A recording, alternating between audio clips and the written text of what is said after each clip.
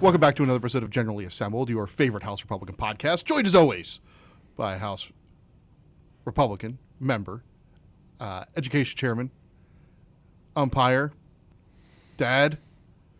We're hitting them all. Yeah. I'm sure you're a son of Ruth. Son of Ruth. Baby, yeah. A baby Ruth. Yeah. I tell you what, it has been a long time since I've had a baby Ruth. Now I was so good of not thinking about sweets and stuff, and now I am. So good job. What is your favorite candy bar? My favorite candy bar. Holy smokes. At the end of the day, I got to go Fifth Avenue. Really? Yeah. A little bit of an outside the box choice. Yeah, it's like I feel like it's a higher end Butterfinger. Mm-hmm. It's like a cross between a Butterfinger and a Heath bar. Yeah, my favorite candy bar is really not a bar. I mean, it's a Reese's peanut butter cup. Yeah, that's a candy. That I wouldn't call that a bar. Yeah, no, that's a candy. The same. So if we're gonna say bar, probably if we're gonna say a bar, I hate to go against Hershey's just because of the state context. Well, I just did. I think the bar that I eat the most if I have a bar is a Snickers. Yeah, Snickers are good. I would say a very close second for me is the Hershey's with almonds. That is a straight up, it's like the Sazerac, right? It's like a first cocktail it's ever invented, right? It's a perfect candy bar. You go down right in the line. It's Hershey's stamped right on it. Yeah. And every bite you get almonds. I will never turn down. I think the original Hershey's bar is classic chocolate, right? It's just a classic milk chocolate bar, and always clutch. Yeah, when I asked the question, I wasn't exactly sure what my own answer was. I just was curious since you brought up Baby Ruth, which is one that is not as common.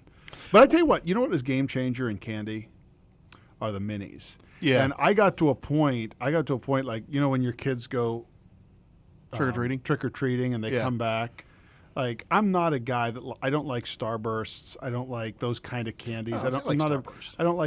I don't like. Yeah. I get you. I like chocolate. Yeah. And so it was just always one of those, like when the kids brought back the candy and they, dump everything out, and you see a couple of those like mini, whether they were Twix or Butterfingers or Snickers or Hershey, the little mini Hershey bars. I mean, those were the ones. The mini Hershey bars are, I think, far superior to the big Hershey bar.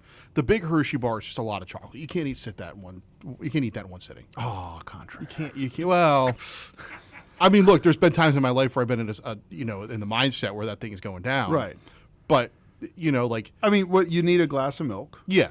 You need a glass of milk to go with it, and then it can go down pretty easily. But you're right. But that's the thing with all the mini bars. Like they're so easy to eat. Yeah. I think they fundamentally changed the candy game. I completely agree with you. Probably much like yourself, I've spent a lot of time driving in my time in politics and government, a lot of time in the car. And so one of my favorite things to do, especially when I'm on my way home from somewhere, because you're at the end of a trip and you're exhausted, is to stop at one of our turnpike rest stops. Mm-hmm. Or a convenience store if you're not on the turnpike, but usually turnpike rest stop, because that's usually where you're in the longest stretch of travel, right? It's just continuous and monotonous, and get a cup of coffee from 7-Eleven, the nice turnpike rest stop cup of coffee that several times. That's been in the machine for 4 days, but but it's churning a lot, so it actually isn't, but it still tastes that way. And some sort of a candy bar. Now, for a long time, at the very early beginnings of my time in politics, I used to get a king size white chocolate Twix and eat those. Really? But I got tired of that. Now I go Fifth Avenue bar, although Fifth Avenue bar is hard to eat when you're driving because it's so flaky. Yeah. When you're driving, there's a certain kind of, you got to have some staying power. That's one thing with like the Butterfinger, which I've always been a big fan of. But when you bite into a Butterfinger, you have Butterfinger shrapnel. Yeah, it's everywhere. Schadenfreudenfinger. Yeah. No, there's some, when you're, the driving and eating thing is have you ever watched any of Dave Portnoy's pizza reviews? Yeah. Like that's a real thing that he does. Is like if you have flop, it's he likes the kind of pizza you can eat while you're driving. Yeah. But that goes with a lot of foods. Like there are some foods that I would like, but if I'm in a hurry, I'm just not going to do it. Like it's not worth it. That's what I think that's where I think Chick-fil-A has really upped its game in terms of the other. Like you can eat a Chick-fil-A sandwich much easier than you can eat most other sandwiches while you're driving. And so there's nothing to unwrap; it's all in the bag. Yep. Yeah, that's a. But you know, the one thing that's impossible to eat while you're driving is a burrito. Like a breakfast burrito from Chick-fil-A, McDonald's, Sheetz, Wawa. There's so much pressure wrapped up in the wrap. Like I would say, you could even like a Chipotle burrito. You know, nobody's eating a Chipotle burrito while they're driving, and you're going to get away with it. No. You're either going to get burrito on your shirt, burrito on your pants. Well, I would say that or you're going to get into a car accident. Any kind of Mexican or Tex-Mex cuisine, taco, like you're not going to do that while driving. You can eat a churro while you're driving. Yeah, but even that, the problem with like you're going to get all the stuff on your fingers and the steering wheel. Like there's a certain kind of food you can eat while you're even like a bag of chips. I don't like grease. Like it's a tough thing. The classic one of the classic things is just a good old fashioned hot dog. Don't put a lot of stuff on it. Even though I like mustard and onions, just be light on the top, and you can down a couple hot dogs while you're driving. Yeah, McDonald's burger, double cheeseburger or something that'll go down pretty quick. I've never gotten a burger at McDonald's. Never in your life? No, I only get one thing at McDonald's. Filet-O-Fish? Chicken McNuggets. Oh, okay. All right. Chicken McNuggets. I mean, you get a 10-piece or even some days back in the old days a 20-piece, and that's it, man. That's my McDonald's.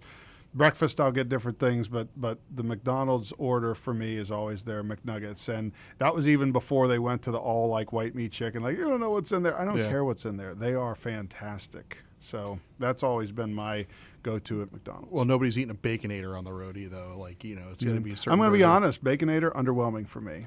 I haven't had a Baconator in a long time. But there's a reason for that. Like it was underwhelming for me the first. You see it on TV. And you're like that's going to be great.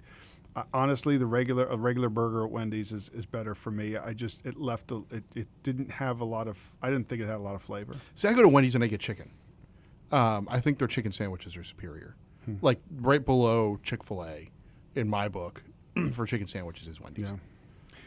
So, it's amazing. Yeah. What we are able to talk about. We could probably have that conversation, Chuck. We could do a whole podcast just on. Oh wait, we've started. I'm just kidding. Oh man. Well, I think all of that belies a pretty light week here in terms of legislation on the floor that we've done here in the Pennsylvania House. Yeah, What'd you say? Yeah, light week. We did have some work in committee.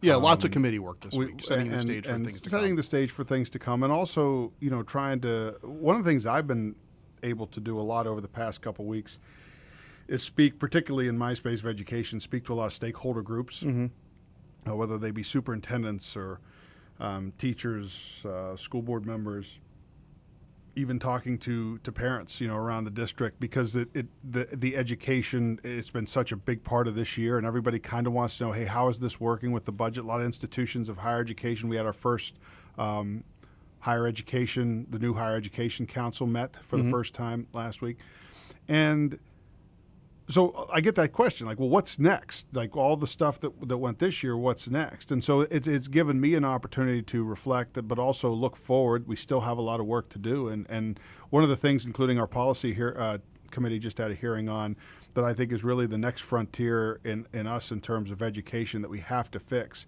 is our CTC programs and in terms of the waiting list.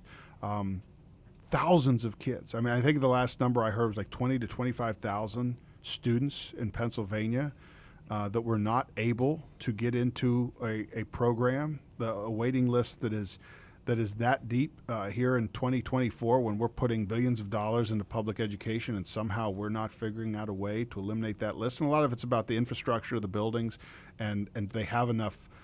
They have enough room for more welding classes. They have enough room for more cosmetology classes. They have enough room for another culinary, 3 more culinary students. But we have to figure this out. I think that is really incumbent upon us, because I've said it before. I'll say it again. I'll say it till it's fixed.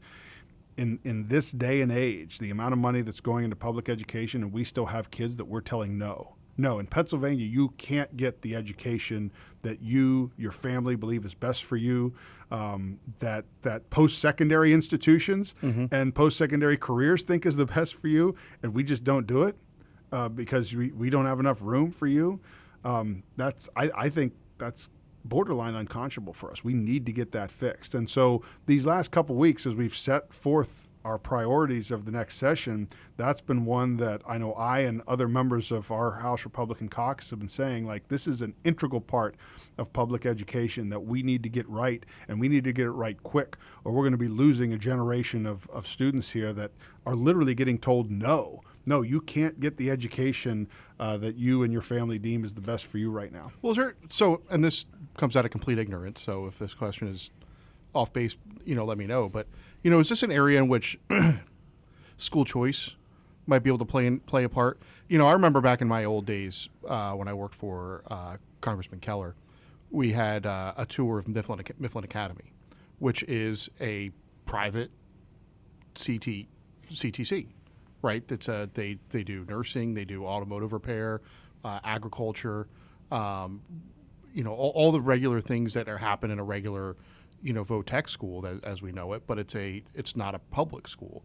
Is that something in which there's a role to play, for the way in which we talk about transformational change in education, revision, having a new vision for how this education is provided and who provides it? Yeah, absolutely. And I think if you would have more individuals who would start those kind of schools or programs, or encompass that into a new kind of charter school or a new kind of private school similar to the Mifflin Guy, which there aren't many of those around, right?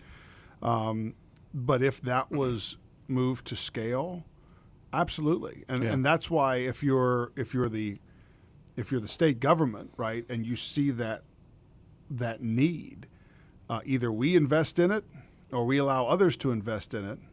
But somebody's got to invest in it, right? And you are actually seeing a lot of public-private partnerships in the sense that a lot of the money that is going into some of these CTCs is coming from private industry who are saying, look, we'll provide the equipment, we'll provide some of that space. We need to foster some of those. And one of the things I'd like to find out as we move forward with hearings and informational meetings and discussions is, are we as state government doing anything to prevent that from happening? Or are we doing anything to prevent if there are there regulations for folks who would like to start such a private school and for some reason they can't do it in Pennsylvania to the scale that we need it? And if there are, how can we remove those barriers? These are all questions that need to be answered, because my guess is it's a comprehensive fix that we need to look at, because right now our career and tech centers are exploding all across Pennsylvania, and we've got to find a way to meet that need. Every time I've heard anybody ever talk about a career and technical center, they leave with the following three things you hear universally. Wow, that's amazing. I can't believe they did one of these things that they didn't know went on there. And every single time, number three, the food was amazing in their culinary program. Every single time. And you can carry it in your car. Anywhere you can. Anywhere you go. You look at the hospitality industry right now in Pennsylvania. Like they are looking, the main resorts, the big time, they are in dire need of folks to come and be top class in the world of culinary arts. And we've got some schools that are doing it. Like I talked about a couple weeks ago, I toured Penn College of Technology that have a great culinary program. They're looking for connections, and that's something we as legislators can do, is try and make connections with different places.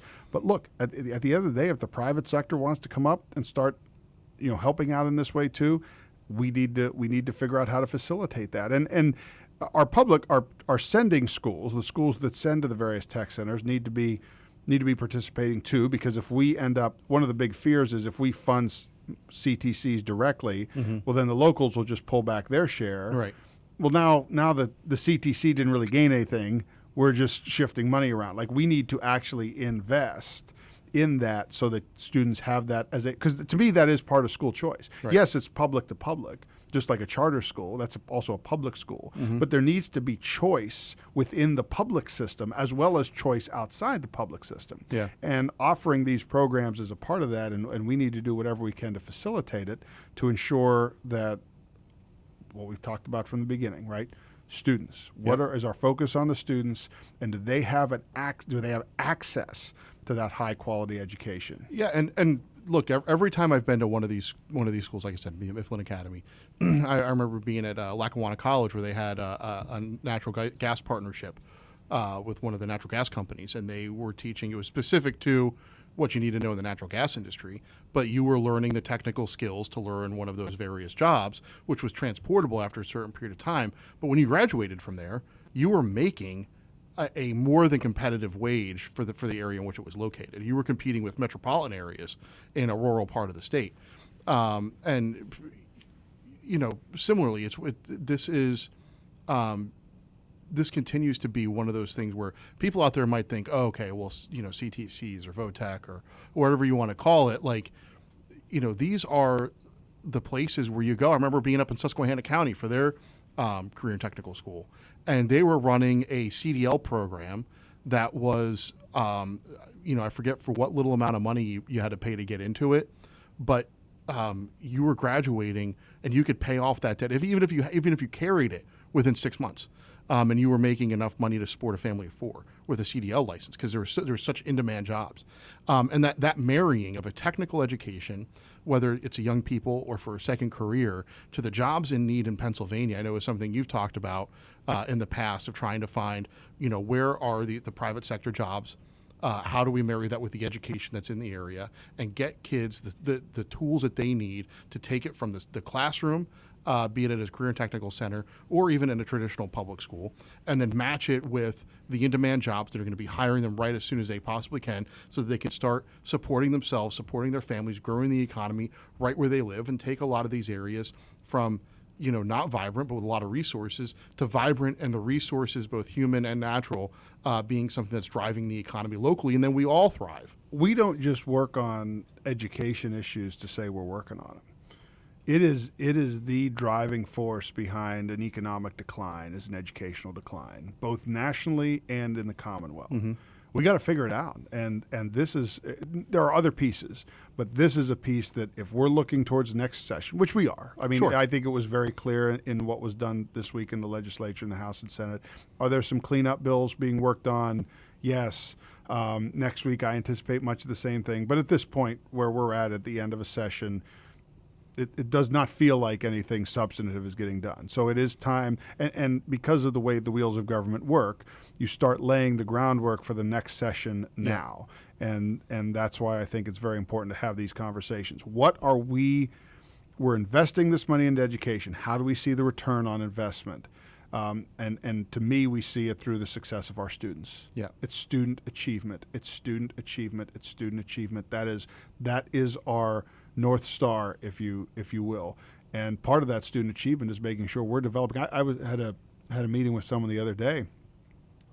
One of the reasons we did the hours and days change this year, a bill that I got signed into law, was so that schools could be more flexible, particularly with juniors and seniors, with internship programs. So instead of this seat time of look, this kid they already have all their requirements. So now we're just filling time. We're filling time for some of these seniors and juniors. You talk to any superintendent, heck, any family that is trying to look at a schedule and saying, all right, well, we got this time to fill. Mm-hmm. No, they shouldn't be filling time. That's where they need to be out in the field. That's where they need to be in some of these businesses that they're looking at possibly going into. That's where they need to be interning. That's where they need to be taking college-level courses so it's not as expensive if they choose to go to college. All of these things that they could be doing, but we had these built-in restrictions. That restriction's gone now. I mean, message right now, and I've delivered it to superintendents and administrators alike. Start being creative. Stop being held back in the way things used to be. They're not that way anymore,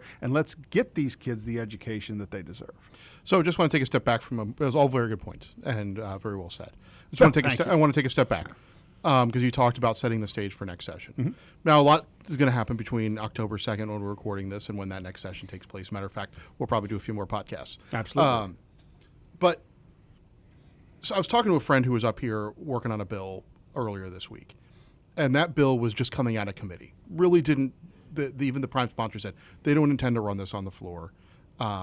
People out there might be going, why are all these committees meeting when there's no hope of these bills there's probably 4 people. I was going to say we can count the number of people on one hand, but yes, I get what you're saying. Talk about you've worked on bills through the legislative process before. sometimes there's a bill that's introduced now, but it's a good bill and it's a good idea and it's gone through some of the vetting process, but maybe there needs to be some work done on it. Now, committees might meet and consider an amendment to a bill now so that when that bill is introduced in a new session, those changes have already kind of been approved. You can introduce it with the new language that has already been vetted in a committee and start work from that point forward. So really you are working over multiple sessions. A lot of these bills work that way. Absolutely. They're not sped through as a media would have you believe. They're session-long endeavors that... I hear all the time that, government works so slow. It's supposed to work slow. Mm-hmm. Like the founders set government up because we don't want stuff getting rushed through and then look around. In fact, even sending out a co-sponsor memo, that draws eyes. Mm-hmm. People who in does. the real world are interested in those issues, they see something come out, they're going to start giving their opinion, and that's what you want. That's how government's supposed to work. Mm-hmm. You put an idea out there, and then like, oh well, did you consider this? Oh, did you think about this? Well, this is a good idea, but don't have this unintended consequence. That takes a while to work through. You have to seek opinions. You have to look at the language. You have to see if it contradicts with other law. And so that is all part of this process. And if you can start the kind of a jump start on some of the vetting process now as opposed to next term, all the more. If you want to be a legislator that is working towards goals all the time, you can be in this job. Mm-hmm. If you want to be where you're kind of just going to say, you know what, I'm going to take a little break here at the end of the year and focus on district stuff. You can do that. You can you know what I mean? Like you can make I was told once by a veteran legislator when I came in that this is, you can kind of shape it. Sometimes it's what your people want. You know, sometimes it's what your constituents want. Well, we'd rather you kind of focus in district, or we'd rather you focus on legislation in Harrisburg. Right. We'd like you to have a good balance of both, or whatever it might be. But you kind of fall into some of those spots, and I think this is that time of year where you evaluate what can you do, what can you prepare for in the future, and what do you need also. I mean, this when you go back, just to give people kind of a little behind the scenes look, mm-hmm. In terms of balancing district life and Harrisburg life and district work and Harrisburg work. Like after the budget, when you're down here essentially for the entirety of the month of June mm-hmm. and leading up to it, and even this year some into July.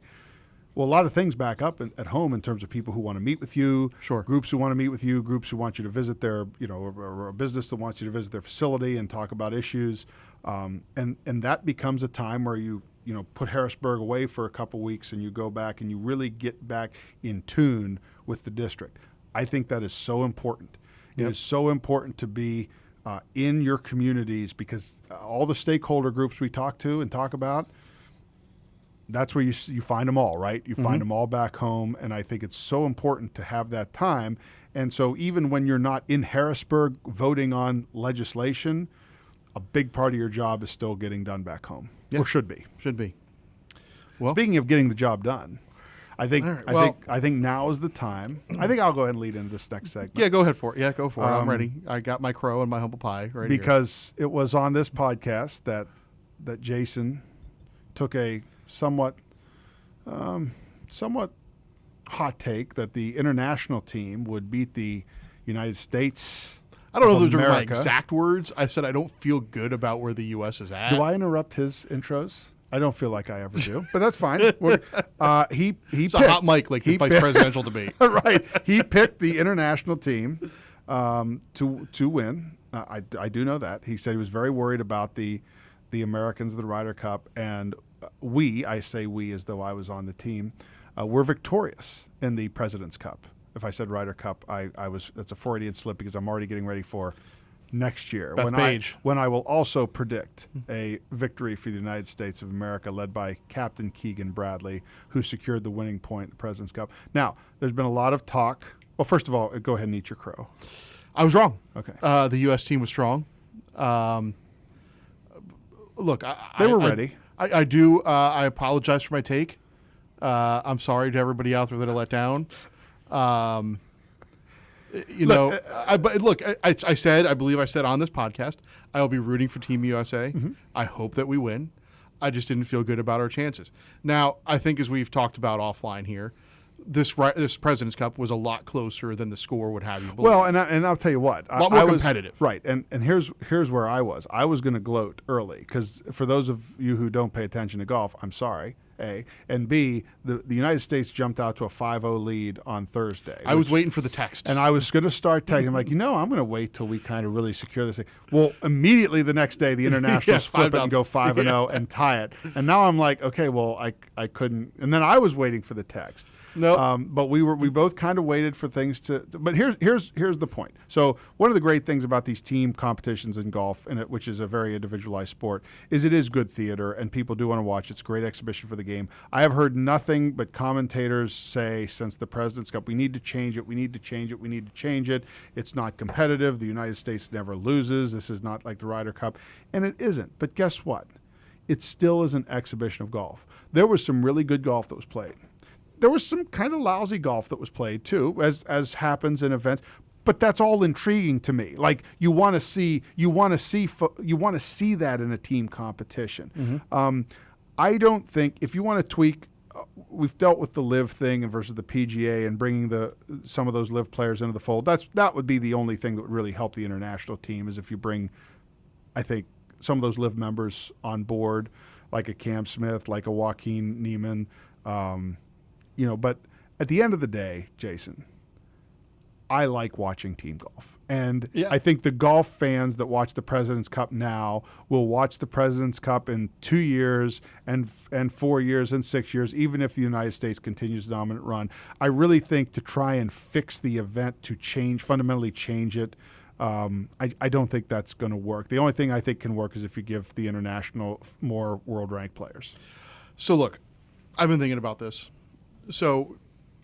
And I don't think I had this conversation with you. I know I had it with somebody else because I vetted this idea to see if it was dumb, which I usually do, and people will tell me when I have bad ideas. Yeah, most of them. Yeah, they don't mind telling me. I have no import around this place. They don't say great idea to my face and then turn around and say, no, that's terrible. Right. Not that ever happens around here. No, never. So the Ryder Cup is run by the PGA of America. Okay, it's not run by any of the PGA tours. Tour, right? The PGA Tour decided, man, they make a ton of money in that Ryder Cup. We should have our own contest. So they created the President's Cup. The PGA Tour, this is a PGA Tour run competition, so they can sort of get their slice out of all of this. I'm in favor of blowing up the President's Cup under one condition. It maintains the PGA Tour status of having a competition that they can have a team play, but PGA Tour versus Live. Imagine how excited people would be to watch Rory McIlroy go up against Brooks Koepka in a team format, a match play format. You could have it in both the United States and around the world. I love this idea. It is the first I have listened to professional sports, professional golf commentators on SiriusXM, on Golf Channel, on ESPN. Anybody who's talked about this, talk about ideas, and I have not been blown away until this moment. Yeah. That is fantastic. And as Live we're versus PGA Tour in a team format. Let's go. Yeah. You can't top that idea. You're asking for affirmation of a good idea. That's a great idea. Well, thank you. I appreciate that. All right. Well, that's generally some for this week. You can find us where all of your favorite House Republican podcasts are found. www.phsgop.com/mypodcasts. Also on Spotify and Apple. And on the YouTubes where you might or may not be seeing this conclusion. All right. Very good. Thank you, everybody. For Representative Topper, I'm Jason Gottesman, and we are out of here until next week.